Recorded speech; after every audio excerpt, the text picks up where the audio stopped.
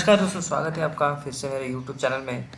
तो आज हम समझने वाले शेयर मार्केट में या स्टॉक मार्केट में जितने सारे सेगमेंट्स होते हैं, हम सारे सेगमेंट्स के बारे में आज बात करने वाले हैं। ठीक है, तो चलिए शुरू करते हैं। तो सबसे पहले अगर आप इस चैनल पे नए हो तो आप इस चैनल को सब्सक्राइब करना मत भूलिए। बिल्कुल इस बेल आइकन पे आप रिंग कीजिए ताकि आपको जो भी हमारे नए वीडियोस आए उसके लिए आपको नोटिफिकेशन ज़रूर मिले। तो चलिए शुरू करते हैं हमारे स्टॉक मार्केट के सेगमेंट के लिए। तो स्टॉक मार्केट में जब आते हैं लोग तो आपका सबसे पहले क्राइटेरिया मतलब एक गोल डिफाइन होना चाहिए कि आपको स्टॉक मार्केट में करना क्या है। अगर आपको इन्वेस्टमेंट करना है तो अलग बात है, और अगर आपको ट्रेडिंग करनी हो रहा है मतलब आपको हर रोज़ पैसे कमाने, ज़्यादा पैसे कमाने कम टाइम फ्रेम में, तो आपको ट्रेडिंग करनी है। ठीक है, तो सबसे पहले हम इन्वेस्टमेंट से शुरू करेंगे।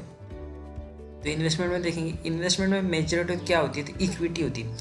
इक्विटी क्या होती है तो हम थोड़ी देर में समझेंगे इन डिटेल में। इक्विटी का मतलब है किसी कंपनी का हम स्टॉक्स बाय कर लेते हैं, जैसे कि डीमार्ट बाय कर लिया, रिलायंस बाय कर लिया, आइशर मोटर हो गया, विप्रो, इन्फोसिस, इन जैसे कंपनी के स्टॉक बाय करना मतलब इक्विटी होता है। इक्विटी का मतलब एक हम उस कंपनी में या फिर उस कोई भी बिजनेस हो, बिजनेस में हम पार्शियली एक ओनर मतलब एक हिस्सेदार बन जाते हैं। ठीक है, मतलब कंपनी का जो भी प्रॉफिट होगा उसमें हमारा भी प्रॉफिट होगा, और कंपनी का अगर लॉस हो रहा है तो उसमें हमारा भी लॉस होगा।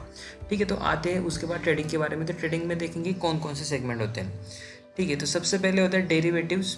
ठीक है, डेरिवेटिव्स में अगेन दो चीज़ होती है, फ्यूचर्स एंड ऑप्शंस। ठीक है, फ्यूचर ऑप्शन बहुत लोगों ने सुना है, बहुत सारे लोग फ्यूचर ऑप्शन से फैमिलियर है, लेकिन फ्यूचर ऑप्शन हम थोड़ा डिटेल में भी देखेंगे आगे कि फ्यूचर ऑप्शन एग्जैक्टली होता क्या है, क्योंकि नए लोगों को बहुत सारा कन्फ्यूजन होता है कि इसमें एग्जैक्टली होता क्या है सारी चीज़ें। ठीक है, तो हम ये सारी चीज़ें हम वीडियो में देखने वाले।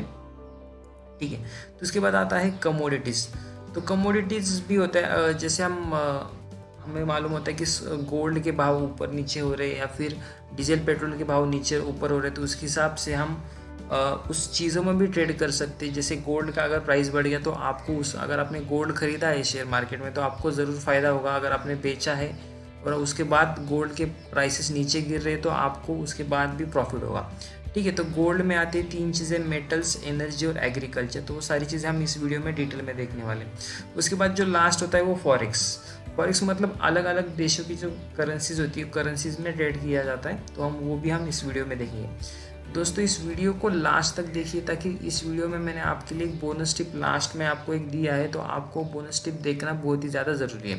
ठीक है, तो सबसे पहले शुरू करते इन्वेस्टमेंट से। तो इन्वेस्टमेंट क्या होता है, देखिए बहुत सारे लोग होते हैं जो मार्केट में ज़्यादा टाइम स्पेंड नहीं कर सकते, लेकिन उनको एक रेगुलर मतलब एक कंसिस्टेंस लॉन्ग टर्म में, जैसे कि 10 साल 20 साल बहुत अच्छा खासा रिटर्न होना चाहिए, तो ऐसे लोग जाते हैं स्टॉक मार्केट में इन्वेस्टमेंट के लिए। तो इन्वेस्टमेंट एक लॉन्ग टर्म प्रॉफिट के लिए होता है, और स्टॉक मार्केट आपको डेफिनेटली लॉन्ग टर्म में बहुत अच्छा पैसा बना के देगा अगर आपने स्टॉक सिलेक्शन बहुत अच्छा किया हुआ है। ठीक है, तो इन्वेस्टमेंट उन्हीं लोगों के लिए, जैसे उन लोगों के लिए अच्छा है जिन लोगों को मार्केट में टाइम देने के लिए ज़्यादा नहीं है, पार्ट टाइम मतलब हफ्ते में एक बार देख लिया, हफ्ते में एक दो बार देख लिया तो मोर देन सफिशिएंट है। इसमें बार बार आपको मार्केट या फिर स्टॉक्स देखने की ज़रूरत नहीं होती। ठीक है, तो इन्वेस्टमेंट मतलब जैसे मैंने आपको थोड़ी देर पहले कहा था कि इक्विटी होती है। इक्विटी मतलब कंपनी का पार्ट ओनरशिप होता है। ठीक है, अभी जो इक्विटी होती है कंपनी की, उसको होल्ड करने के लिए कोई टाइम लिमिट नहीं होती। अगर आपको लगता है कि ये शेयर्स मुझे 10 साल रखना है, 20 साल रखना है, तो आप रख सकते हैं, या फिर आपको लगता है कि ये शेयर्स मुझे 10 मिनट में बेचना है तो भी आप कर सकते हैं। ये सारी मर्जी, ये सारे डिसीजन पूरी तरह आप पे ही डिपेंड करते हैं। ठीक है, जैसे कि मैंने एक एग्जांपल के लिए यहाँ पे लिखा है कि अगर आपको रिलायंस इंडस्ट्रीज़ का बिजनेस बहुत अच्छा लगता है तो आप रिलायंस इंडस्ट्रीज़ के शेयर बाय कर सकते हैं। थोड़ा उसका आपको प्रॉपर नॉलेज लेना चाहिए, थोड़ा टेक्निकल या फिर थोड़ा फंडामेंटल, टेक्निकल नहीं कहूँगा, फंडामेंटल ज़्यादा समझना चाहिए, और आपको कंपनी का बिजनेस भी समझना चाहिए। ऐसे नहीं कि हाँ ठीक है रिलायंस है, अंबानी है तो अच्छा ही बिजनेस कर रहा होगा, ऐसे नहीं चलेगा मार्केट में। आपको थोड़ा बिजनेस की भी अंडरस्टैंडिंग होनी चाहिए ताकि आप अच्छे खासा पैसा मार्केट में बना सको। ठीक है, मेरे पास कुछ एग्जाम्पल्स है यहाँ पे। तो देखिए यहाँ पे आइशर मोटर, जो कंपनी बुलेट बनाती है, रॉयल इनफील्ड बुलेट, उस कंपनी की जो पेरेंट कंपनी उसका नाम है आइशर मोटर। तो आइशर मोटर के अगर हम लॉन्ग टर्म में देखेंगे कि रिजल्ट क्या है, तो लगभग ये स्टॉक देख सकते हैं आप स्क्रीन पे कि 2000 के आसपास इस शेयर की प्राइस 33 रुपीज़ के आसपास चली थी, जो कि लगभग यहाँ पे 2017 में लगभग 33,000 के आसपास चली गई थी। और उसके बाद अभी स्टॉक नीचे गिर गया, लेकिन अगर हम रफली कैलकुलेशन करें तो लगभग ये स्टॉक लगभग 20 सालों में लगभग 1000 गुना हुआ है। ठीक है, 1000 गुना मतलब नॉट अ जोक, बहुत बड़ा रिटर्न है। लेकिन ये रिटर्न उनको ही मिला है जिन्होंने लॉन्ग टर्म के लिए स्टॉक होल्ड किया है, ठीक है। उसके बाद MRF लिमिटेड, अब हम सारे लोगों को पता ही है कि MRF बहुत बड़ी टायर बनाने वाली कंपनी है। इसका भी अगर रिटर्न देखेंगे आप तो ये भी 2000 साल से लगभग आज तक 70 गुना हुआ है। मतलब अगर 1000 रुपये आपने 2000 साल में लगा दिए होते तो उसके आज लगभग 66,000 हो गए हैं, ठीक है। उसके बाद ज़्यादा पुराना नहीं कहूँगा, डीमार्ट कहेंगे हम। डीमार्ट 2-3 साल पुराना। तो डीमार्ट की इशू प्राइस 300 रुपये थी, ओपन हुआ था 600 पे और उसकी प्राइस अभी भी लगभग 2500 के आसपास है।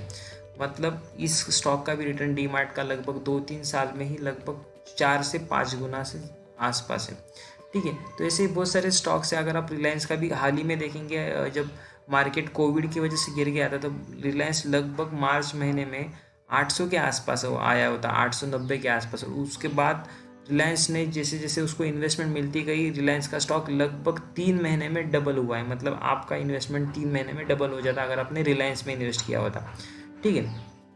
तो ये सारी बातें थी इन्वेस्टमेंट के बारे में। तो हम थोड़ा बात करेंगे अभी ट्रेडिंग के बारे में। तो ट्रेडिंग बहुत ही ज़्यादा मोस्टली फैसिनेटिंग थिंग होती है मार्केट में, क्योंकि बहुत सारे लोग ट्रेडिंग देख के ही, मतलब ट्रेडिंग का रिटर्न देख के, उसके पैसे देख के ही लोग मार्केट में आते हैं। इसलिए बहुत ज़्यादा फैसिनेटिंग होता है, ये ज़्यादा एक्साइटिंग थिंग होती है नए लोगों के लिए, ठीक है। ट्रेडिंग देखिए, ट्रेडिंग बहुत सारा पैसा जनरेट कर सकती है बहुत ही कम टाइम में, लेकिन इसके लिए आपको जो नेसेसरी स्किल्स है, नॉलेज है, वो आपको चाहिए। उसके बाद ही आप ये सारी चीज़ें कर सकते हैं। आपको ट्रेनिंग या फिर ट्रेनिंग तो लेनी चाहिए, आपको नॉलेज भी होना चाहिए सारी चीज़ें का कि आपको ट्रेडिंग कैसे की जाए, ठीक है। ट्रेडिंग कुछ ज़्यादा अलग बात नहीं है। समझ लीजिए कोई स्टॉक ऊपर जा रहा है, फॉर एग्जांपल मैं यहाँ पे ड्रॉ करेंगे थोड़ा, ठीक है। समझ लीजिए कोई स्टॉक ऐसे ऊपर जा रहा है, तो ऊपर जा रहा है, आपने यहाँ पे बाई कर लिया और थोड़ी देर के बाद ऊपर चला गया, यहाँ पे सेल कर दिया। तो ये जो ऊपर गया, समझ लीजिए यहाँ से 10 रुपये था, यहाँ पे 15 था, ठीक है। तो ये जो 5 रुपये वो आपका प्रॉफिट हो गया थोड़ी देर में। ट्रेडिंग में आप उल्टा भी कर सकते हैं। अगर आपको लगता है कि कोई स्टॉक नीचे गिरने वाला है तो आप यहाँ पे 15 रुपये पे बेच दीजिए और जब ये स्टॉक 12 या 10 रुपये के आसपास आ जाए, उसके नीचे गिरना स्टार्ट हो जाए, तो आप वहाँ पे बाई कर लीजिए। तो यहाँ पे आप इजी यहाँ पे प्रॉफिट ऐसे कमा सकते हैं, ठीक है। तो इसके बाद हम थोड़ा डिटेल में ये थोड़ा मैं क्लियर कर देता हूँ, ओके। चलो, तो ट्रेडिंग ज़्यादा इंटरेस्टिंग इसलिए बनती है कि यहाँ पे आपको कोई मार्केटिंग, बिजनेस, कस्टमर, क्लाइंट किसी की भी ज़रूरत नहीं होती। यहाँ पे सिर्फ आपको चाहिए एक इंटरनेट, एक स्मार्टफोन या फिर लैपटॉप, और सबसे इम्पोर्टेंट पैसे, आपके अकाउंट में पैसे होने चाहिए, ठीक है। ट्रेडिंग इसलिए भी ज़्यादा अट्रैक्टिव होती है कि ट्रेडिंग में पैसा कम लगता है। मतलब लिटरली आप 10% से 20% या फिर डबल भी पैसे एक दिन में कर सकते हैं। तो इसके लिए ज़्यादा कुछ पैसे की ज़रूरत नहीं होती। आप 500-1000 रुपये से भी स्टार्ट कर सकते हैं और यहाँ पे आप अच्छे खासे पैसे कमा सकते हैं, बशर्ते आपको इस चीज़ का नॉलेज होना चाहिए, ठीक है। तो ट्रेडर लोगों के लिए कहाँ बाहर जाने की ज़रूरत नहीं होती, वो लाइफ टाइम उनका घर से ही काम कर सकते हैं। इसलिए ट्रेडिंग ज़्यादा फैसिनेटिंग। बहुत सारे लोग आजकल जॉब से बहुत ज़्यादा परेशान है, वो बोलते हैं कि हाँ सर हमें ट्रेडिंग करनी है, जॉब नहीं हो रहा। तो मैं वेलकम कहूँगा, लेकिन इमीडिएटली आपको जॉब छोड़ने के लिए रिकमेंड नहीं करूँगा। जब आप इस चीज़ में एक्सपर्ट हो जाए, जब आपको कॉन्फिडेंस आ जाए कि आपकी अभी रोजी रोटी ट्रेडिंग से चल सकती है, तभी आप जॉब्स छोड़ने का रिस्क लीजिए, ठीक है। तो उसके बाद हम बात करेंगे ट्रेडिंग स्टॉक्स के बारे में। अगर हमने जो हमारे फर्स्ट स्लाइड थी वहाँ पे हमने देखा था कि इन्वेस्टमेंट आप इक्विटी में कर सकते, तो आपका बहुत सारे लोग क्वेश्चन होता है कि हम स्टॉक्स में भी ट्रेडिंग कर सकते हैं क्या? एग्जैक्टली पॉसिबल है, कोई बड़ी बात नहीं है। तो आप स्टॉक्स में भी ट्रेड कर सकते हैं। फॉर एग्जांपल आपने टाइटन के शेयर्स ले लिए यहाँ पे 990 रुपये पे, और उनको थोड़ी देर के बाद बेच दिया 995 पे, तो आपका प्रॉफिट 5000 था और आपने यहाँ पे शेयर्स लिए 1000। मतलब यहाँ पे आपका जो प्रॉफिट है वो लगभग 5000 रुपये, मतलब 5000 रुपये आपने कुछ ही मिनट में कमा लिए, ठीक है। तो ये होता है ट्रेडिंग स्टॉक्स। तो इसके लिए आपको क्राइटेरिया क्या, मतलब क्या क्या चीज़ें मालूम होनी चाहिए। सबसे पहले आपको टाइमिंग मालूम होना चाहिए। मार्केट में 9 बजे से 3:30 बजे तक मार्केट चलता है। इस दरमियान आप कितने भी बार बाय या सेल कर सकते हैं, कोई भी प्रॉब्लम नहीं। आपको स्टॉक कब बढ़ेगा कब गिरेगा ये अगर जानना है तो आपको टेक्निकल एनालिसिस सीखना पड़ेगा, ठीक है। उसके बाद जो भी स्टॉक में आप ट्रेड कर रहे हैं उसके बारे में आपको थोड़ा फंडामेंटल पता होना चाहिए कि स्टॉक कब ऊपर जाएगा कब नीचे जाएगा। उसके बाद कोरिलेशन फैक्टर ये होता है, ये चीज़ होती है कि कौन कौन से ट्रिगर पे स्टॉक्स बढ़ता है या फिर कम होता है, ये ट्रिगर्स आपको पता होने चाहिए। अगर आपको ये चीज़ पता ही नहीं और आपने किसी स्टॉक में ट्रेड कर रहे हैं तो समझ लीजिए वो न्यूज़ आ गई या फिर वो ट्रिगर हो गया तो आपको पता नहीं चलेगा कि स्टॉक क्यों बढ़ रहा है या फिर क्यों घट रहा है। ठीक है, जैसे मैंने कहा कि यहाँ पे फंड्स की बहुत कम ज़रूरत होती है, तो इक्विटी में अगर आप कोई स्टॉक्स में ट्रेड कर रहे हैं, for example Titan, Reliance, DMart, कौन सा भी हो, विप्रो, उसके बाद पेज इंडस्ट्रीज हो सकता है, विप्रो, इन्फोसिस, TCS, तो उसके लिए आपको जो मार्जिन लगेगा वो 10% के आसपास लगेगा। मार्जिन का मिनिमम यहाँ पे आपको एक्सप्लेन कर देता हूँ। समझ लीजिए अगर आपको 1,00,000 रुपीज़ के शेयर बाई करने हैं, ठीक है, 1,00,000 रुपीज़ के आपको शेयर बाई करने हैं, तो उसके लिए आपको ओनली 10,000 रुपीज़ देने पड़ेंगे। ठीक है, मतलब 10,000 में आप 1,00,000 के शेयर्स बाई कर सकते हैं। ये ट्रेडिंग में पॉसिबल है, इंट्राडे में, जो कि आपको उसी दिन शेयर्स बाई करने और उसी दिन सेल करने होते हैं। ठीक है, तो चलिए बढ़ते आगे। तो ट्रेडिंग इस अभी ट्रेडिंग के बारे में हम देखेंगे कि प्योर जो सेगमेंट्स होते हैं जो ट्रेडिंग के लिए ही बने हुए हैं, तो उसके बारे में हम समझेंगे अभी। तो सबसे पहले शुरुआत करते हैं डेरिवेटिव से। ठीक है, डेरिवेटिव जैसे नाम सजेस्ट करता है हमें, तो डेरिवेटिव्स का मतलब ये होता है कि ये दूसरी चीज़ों से डिराइव होता है। ठीक है, तो ये एक तरह से एक फाइनेंशियल कॉन्ट्रैक्ट्स होते हैं जिनकी जो वैल्यू होती है वो किसी दूसरे फाइनेंशियल एसेट से डिराइव की जाती है।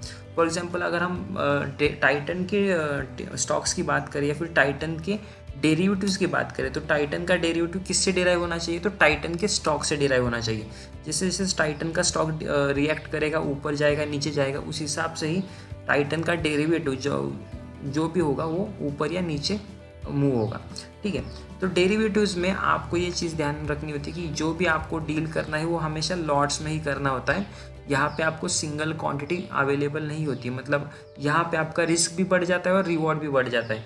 मतलब अगर लॉस होगा तो भी बड़ा होगा, प्रॉफिट होगा तो भी बड़ा होगा। ठीक है, तो यहाँ पे आपको जो ट्रेडिंग करनी होती है वो हमेशा लॉट में ही होती है, और जो लॉट होते हैं वो हमेशा हर चीज़ के डिसाइडेड होते हैं। ठीक है, फॉर एग्जांपल कुछ लोग बैंक निफ्टी में ट्रेड ज़्यादा करते हैं, तो बैंक निफ्टी का 75 का लॉट है, और जो अभी निफ्टी का 75 का लॉट है और बैंक निफ्टी का लगभग अभी 25 का लॉट हो चुका है। ठीक है, तो डेरिवेटिव हम थोड़ा डिटेल में समझेंगे। तो डेरिवेटिव में दो ही चीज़ होती है, एक होता है फ्यूचर्स एंड सेकंड होता है ऑप्शंस। तो फ्यूचर्स हम समझेंगे सबसे पहले। तो फ्यूचर्स क्या होता है, ठीक है, तो फ्यूचर्स एक चीज़ होती है, जैसे हमने थोड़ी देर पहले बात की, हमने टाइटन बाई कर लिया, सेल कर लिया, उसके लिए मार्जिन 10% लगता है। लेकिन अगर आपको ये स्टॉक्स या फिर कोई भी इंडेक्स या फिर कोई एसेट्स अगर आपको महीना भर के लिए आपको होल्ड करना है, तो आप फ्यूचर उस चीज़ का बाई कर सकते हैं। वहाँ पे आप थोड़ी सी अमाउंट देके आप पर्टिकुलर एसेट ज़्यादा दिन तक के लिए होल्ड कर सकते हैं। ठीक है, तो यहाँ पे फ्यूचर्स में आपको जो मार्जिन देना पड़ता है वो लगभग 2% से लेकर 20% तक हो सकता है। अगर हम स्टॉक्स की बात करेंगे, इक्विटी की बात करें, तो ये हर एक स्टॉक्स के अनुसार अलग अलग हो सकता है। ठीक है, जिन स्टॉक में वोलाटिलिटी कम ज़्यादा होगी उस हिसाब से स्टॉक्स की जो मार्जिन होगा वो भी कम ज़्यादा होगा। ठीक है, तो ये जो कॉन्ट्रैक्ट्स होते हैं, ये कॉन्ट्रैक्ट्स को एक सर्टेन टाइम लिमिट होता है, उसके बाद आपको वो स्टॉक्स बेचना ही पड़ता है, या फिर कोई भी आपके पास इंडेक्स हो, कोई भी फाइनेंशियल एसेट हो, वो ऑटोमेटिकली उस दिन सेल हो जाएगा। ठीक है, तो इस दौरान जो भी आपका टाइम लिमिट होगा, जो भी कॉन्ट्रैक्ट का वैलिडिटी होगा, उस दरमियान आप जितनी बार चाहे उतने बार आप बाय भी कर सकते हैं या फिर सेल भी कर सकते हैं। ये पूरी तरह आप पे डिपेंड होता है। ठीक है, इस पे अगर हम बात करें थोड़ा डिटेल में, तो हम समझेंगे कि टाइटन का फॉर एग्जांपल हमने स्टॉक बाय कर लिया है। ठीक है, तो टाइटन स्टॉक बढ़ने के लिए कोई लिमिट नहीं, वो कितना भी ऊपर जा सकता है, कितना भी नीचे जा सकता है पर्टिकुलर मंथ में। तो इसके लिए हमें यहाँ पे फ्यूचर्स में अनलिमिटेड प्रॉफिट या फिर अनलिमिटेड लॉस भी हो सकता है। ठीक है, मतलब यहाँ पे आपकी कोई लिमिटेशन नहीं है लॉस के लिए भी। अगर फॉर एग्जांपल आपने टाइटन के फ्यूचर्स बाय किए हुए हैं और टाइटन का स्टॉक ऊपर ही नहीं जा रहा, नीचे ही जा रहा है, तो आपको अनलिमिटेड लॉस नीचे की तरफ कितना भी हो सकता है। ठीक है, यहाँ पे फ्यूचर्स में जो सबसे बड़ी रिस्क होता है वो होता है गैप अप और गैप डाउन का। मतलब next day stock gap up हो गया, निफ्टी गैप अप हो गया, बैंक निफ्टी गैप अप हो गया, तो उसमें आपको लॉस या फिर प्रॉफिट हो सकता है। ठीक है, तो फ्यूचर्स के बारे में हम बात करेंगे। ऑप्शंस के बारे में, तो ऑप्शंस में सबसे ज़्यादा ट्रेड होता है इंडिया में, और ऑप्शंस का सबसे ज़्यादा ट्रेड होने का जो रीज़न होता है वो होता है कि ऑप्शंस में आपको पैसे जो लगते हैं वो बहुत ही कम लगते हैं ट्रेड करने के। अगर हम ऑप्शंस अब फ्यूचर्स की बात करें, तो फ्यूचर्स के लिए हमें 60,000 से लेके लगभग 2 लाख तक लगते हैं ट्रेड करने के लिए। वहाँ पे जैसे जहाँ कि हमें ऑप्शंस में हम 200 रुपये से लेके लगभग 10,000 20,000 के आसपास हमें पैसे लगते हैं ऑप्शंस में ट्रेड करने के लिए। मतलब ऑप्शंस में बहुत ही ज़्यादा पैसे कम लगते हैं ट्रेड करने के लिए, इसलिए मैक्सिमम लोग ऑप्शन में ट्रेड करना पसंद करते हैं, ठीक है। और दूसरी चीज़ ऑप्शन में ट्रेड करने के लिए अच्छी होती है, वो होती है कि यहाँ पे आपका जो लॉस है वो लॉस लिमिटेड होगा। मतलब लॉस पर्टिकुलर अमाउंट से ज़्यादा नहीं होगा। जो भी आपने प्रीमियम पे किया हुआ है किसी भी स्टॉक्स को या फिर इंडेक्स को बाई करने के लिए, आपका लॉस उतना ही हो सकता है, उससे ज़्यादा आपका लॉस नहीं होगा, ठीक है। तो यहाँ पे देखिए आपका जो पोटेंशियल है वो है लिमिटेड लॉस या उसके बाद अनलिमिटेड प्रॉफिट। अगर प्रॉफिट होगा तो अनलिमिटेड होगा, लेकिन लॉस होगा तो फिर वो लिमिटेड होगा। इसलिए ज़्यादातर लोग ऑप्शन में ट्रेड करना पसंद करते हैं। सेकेंड थिंग, बहुत सारे लोगों को पता नहीं होता कि ऑप्शंस एक्चुअल में हेजिंग पर्पस के लिए इन्वेंट किए गए थे। तो हेजिंग क्या होता है, किसी भी स्टॉक्स में अगर आपका लॉस आपको मिटिगेट करना है, आपको और आपको लॉस आपको लिमिटेड रखना है, तो उसके लिए आप उस चीज़ का ऑप्शंस बाय कर सकते हैं, ठीक है। तो ये एक्चुअल में हेजिंग के लिए बनाया गया था, ठीक है। तो थोड़ा ऑप्शंस को डिटेल में देखेंगे तो ऑप्शंस होता क्या है। तो ऑप्शंस में दो ही चीज़ ज़्यादा इंपॉर्टेंट होती है, एक होती है कॉल और दूसरा होता है पुट, ठीक है। कॉल मतलब अगर आपको फॉर एग्जांपल ये लग रहा है कि बैंक निफ्टी ऊपर जाएगा यहाँ से, तो आपने बैंक निफ्टी का कॉल बाय कर सकते हैं। बैंक निफ्टी जैसे जैसे यहाँ से ऊपर जाएगा आपको प्रॉफिट होना स्टार्ट हो जाएगा। अगर आपको यहाँ पे सेकेंड सिनेरियो में लगता है कि यहाँ से बैंक निफ्टी अभी नीचे गिरने वाला है, तो आप यहाँ पे उसका पुट बाय कर सकते हैं, ठीक है। यहाँ पे मैंने लिखा हुआ है कि आप यहाँ पे उसका पुट बाय कर सकते हैं। जैसे जैसे बैंक निफ्टी नीचे गिरना स्टार्ट होगा वैसे वैसे आपको प्रॉफिट होना स्टार्ट हो जाएगा, ठीक है। तो ये दो चीज़ होती है सिंपल ऑप्शंस में, कॉल या पुट। ऊपर जाएगा तो आप कॉल बाय कर सकते हैं, आपको लगता है अगर नीचे जाएगा तो आपको पुट बाय कर सकते हैं आप, ठीक है, सिंपल, ठीक है। तो ऑप्शंस खुद में ही बहुत बड़ा टॉपिक होता है, ठीक है, कि ये चीज़ इतने 2 मिनट में या फिर 20 मिनट में समझने लायक ऑप्शंस इतनी छोटी चीज़ नहीं है। इसलिए जब आप ऑप्शन में ट्रेड करना चाहते हैं तो आपको ऑप्शंस की पूरी समझ होनी बहुत ज़रूरी है, ठीक है।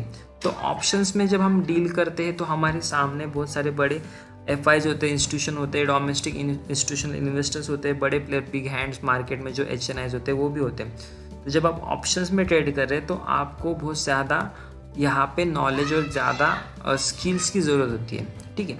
तो ऑप्शंस में जब आप ट्रेड करें तो बी केयरफुल कि आप अगर जो आप कर रहे हो आपको मालूम है, ठीक है। नेक्स्ट थिंग जो है वो ट्रेडिंग डेरिवेटिव्स में, यहाँ पे आपको कुछ चीज़ें पता होनी चाहिए। सबसे पहले टाइमिंग अगर आप इक्विटीज़ के लिए ट्रेड करें, मतलब बैंक निफ्टी ट्रेड करें या फिर किसी स्टॉक्स के ऑप्शंस ट्रेड करें या फिर फ्यूचर ट्रेड करें, तो टाइमिंग एग्जैक्टली सेम रहेगा, ठीक है। लेकिन यहाँ पे आपको क्या क्या चीज़ें पता होनी चाहिए, तो ऑप्शंस प्रिंसिपल्स की, ऑप्शंस कैसे वर्क करते हैं। सेकेंड थिंग टेक्निकल एनालिसिस, ये सेकेंडरी है ऑप्शंस प्रिंसिपल के बाद। उसके बाद ऑपरेशनल थिंग्स, मतलब इस पर्टिकुलर अगर आपने कोई स्टॉक्स लिया है तो उसकी एक्सपायरी क्या है, वो कैसे एक्सपायर होगा, उसका वर्किंग कैसा होगा, ऑपरेशनल थिंग्स, ये सारी चीज़ें उसमें होती है, वो सारा आपको चीज़ पता होनी चाहिए, ठीक है। तो मार्जिन नीडेड यहाँ पे फ्यूचर्स में 10% के आसपास होता है, इंडेक्स में, और डिपेंड करता है कि स्टॉक्स में क्या होना चाहिए, ठीक है। और अगर आपको ऑप्शंस में काम करना है तो ऑप्शंस में सिर्फ आप थोड़ा सा एक प्रीमियम पे करके आप किसी भी निफ्टी या बैंक निफ्टी कोई भी आप स्टॉक्स बाय कर सकते, थोड़ा सा प्रीमियम देखिए, ठीक है, जैसे मैंने अभी थोड़ी देर पहले कहा, ठीक है। उसके बाद हम कमोडिटीज़ की बात करेंगे। कमोडिटीज़ में क्या होता है, देखिए यहाँ पे हमने अभी तक स्टॉक्स में ट्रेड कर लिया, बैंक निफ्टी इंडेक्स में ट्रेड कर लिया।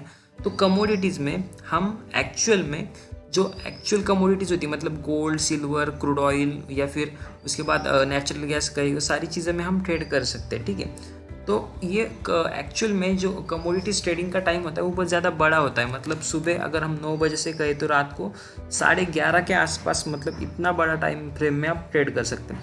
तो मेजॉरिटी ऑफ द कमोडिटीज़ में कौन ट्रेड करता है, देखिए जो वर्किंग प्रोफेशनल्स है, जो शाम को घर पे आते, तो वो शाम को आने के बाद कमोडिटीज़ में ट्रेड करना पसंद करते हैं, ठीक है। अगर आप वर्किंग प्रोफेशनल है तो आपको जब आपको दिन में टाइम नहीं मिल रहा तो आप शाम को भी कमोडिटीज़ में ट्रेड कर सकते हैं, ठीक है। तो हम कमोडिटीज़ थोड़ा डिटेल में अभी देखेंगे आगे, ठीक है। ओके, कमोडिटीज़ में 2 सेगमेंट्स होते हैं सबसे मेन, एक होता है मेटल सेगमेंट और दूसरा होता है एग्री कमोडिटीज़। मतलब ये 2 चीज़ है जिसमें अलग अलग प्रोडक्ट्स है, उसमें ही ट्रेड होगा, ठीक है। जैसे अगर हम स्टॉक्स की बात करें तो स्टॉक्स में हमारे पास 2000 के आसपास स्टॉक है इंट्राडे ट्रेड के लिए, वैसे हमारे पास कमोडिटीज़ में सिर्फ 7 या 8 ही चीज़ें जहाँ पे हम ट्रेड कर सकते हैं, ठीक है। तो मेटल्स में हम सबसे पहले देखेंगे प्रेशियस मेटल्स। तो प्रेशियस मेटल्स में गोल्ड एंड सिल्वर आप या दोनों पे बाय या फिर सेल, जैसे आपको लगता है आप वैसे कर सकते हैं, ठीक है। कमोडिटीज़ में भी वही चीज़ फॉलो होती है डेरिवेटिव्स वाली, फ्यूचर्स एंड ऑप्शंस की, ठीक है। अगर आपको कोई भी गोल्ड का कोई चीज़ लेनी है तो आपको लॉट में ही लेना पड़ेगा, फ्यूचर्स में ही लेना पड़ेगा, ठीक है। या तो आप उसके ऑप्शंस भी बाय कर सकते हैं, दोनों में से कोई भी चीज़ आप वहाँ पे फ्यूचर्स या फिर ऑप्शंस बाय कर सकते हैं, ठीक है।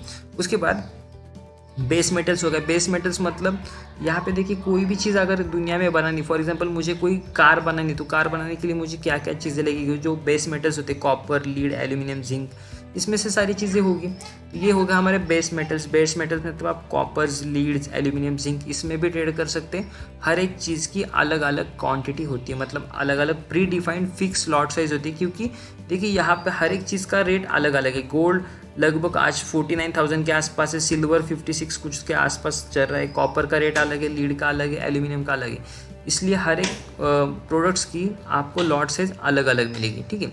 वहाँ पे हम एनर्जी की बात करें तो एनर्जी में हमारे पास क्रूड ऑयल और नेचुरल गैस है।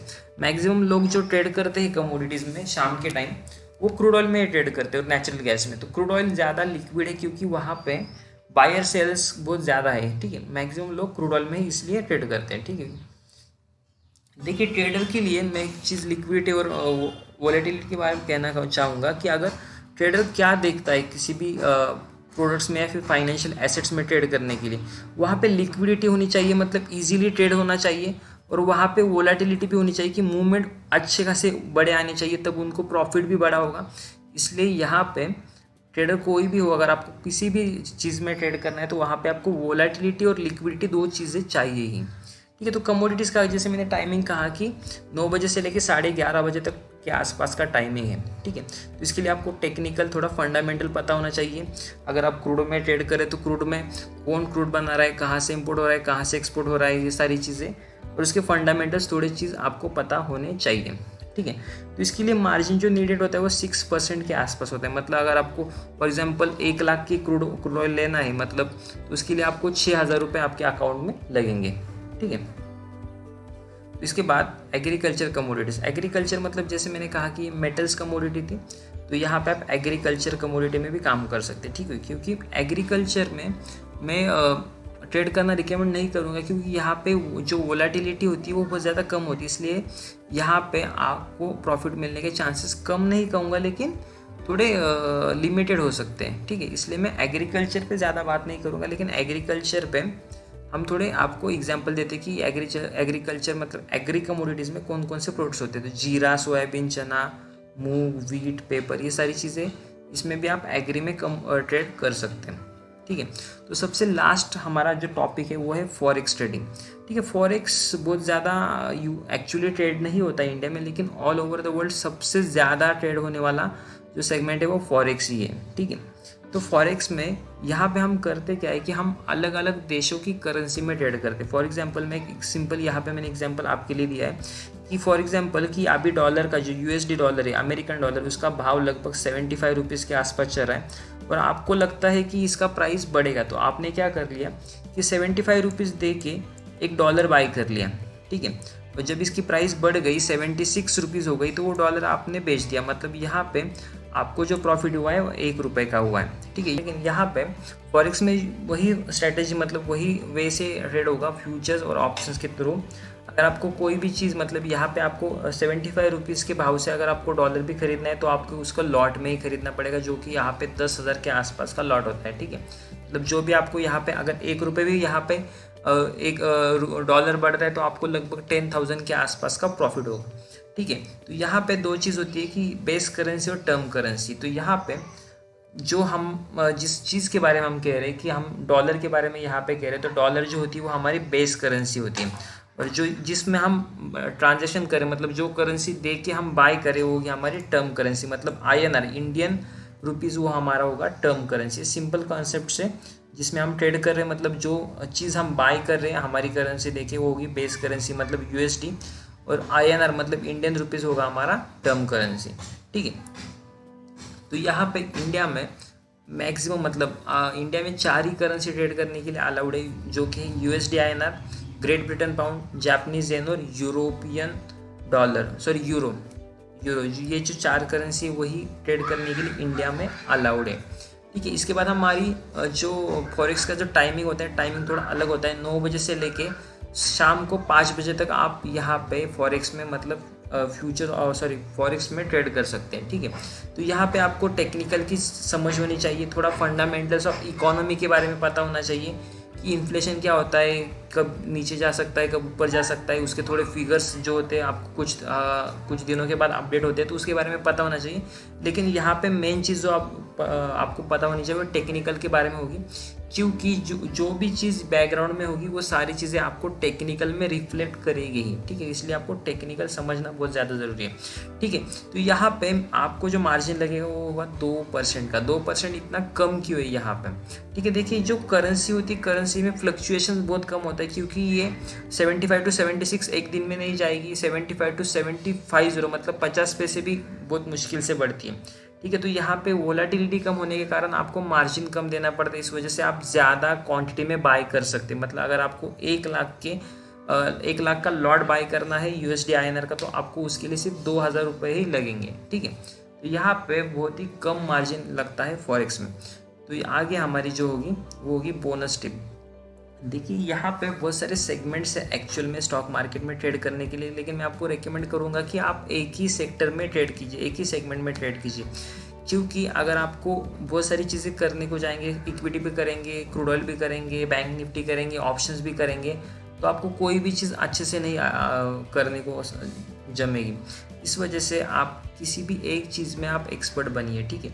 मैंने आज तक जो लोग देखे जो सक्सेसफुल है ट्रेडिंग में, वो एक ही चीज़ करते हैं, दूसरी चीज़ करते ही नहीं है।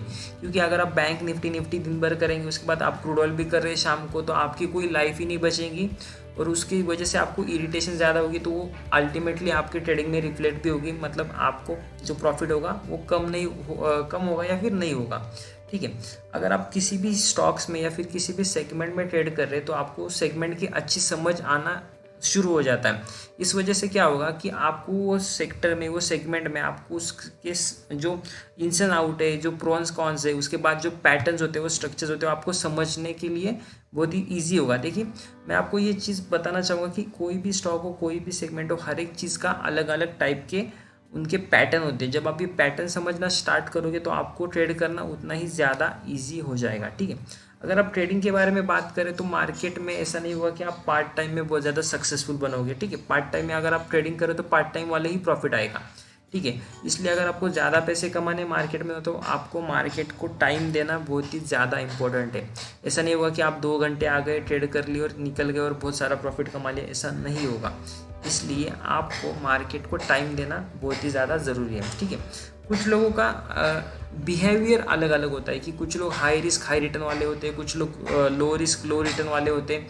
कुछ लोगों का मतलब बिहेवियर तो इन्वेस्टमेंट वाला होता है, लेकिन वो ज़्यादा पैसे के लिए ट्रेडिंग कर रहे हैं। तो मैं उन सारे लोगों को रिक्वेस्ट करूँगा कि सर, अगर आपको ज़्यादा डर लगता है ट्रेडिंग करने में तो आप ना कीजिए, क्योंकि अल्टीमेटली आप लॉस ही करेंगे। इसलिए अगर आपका जो बिहेवियर है वो इन्वेस्टमेंट के लिए सूटेबल है तो आप इन्वेस्टमेंट ही कीजिए, पोजिशनल ट्रेड कीजिए। पोजिशनल में भी अच्छे खासी 15-20%, 20% तक आप मंथली कमा सकते हैं। तो अगर आप इजीली कमा सकते हैं विदाउट स्ट्रेस, तो आप पोजिशनल के लिए ही जाइए, ना कि इंट्राडे के लिए।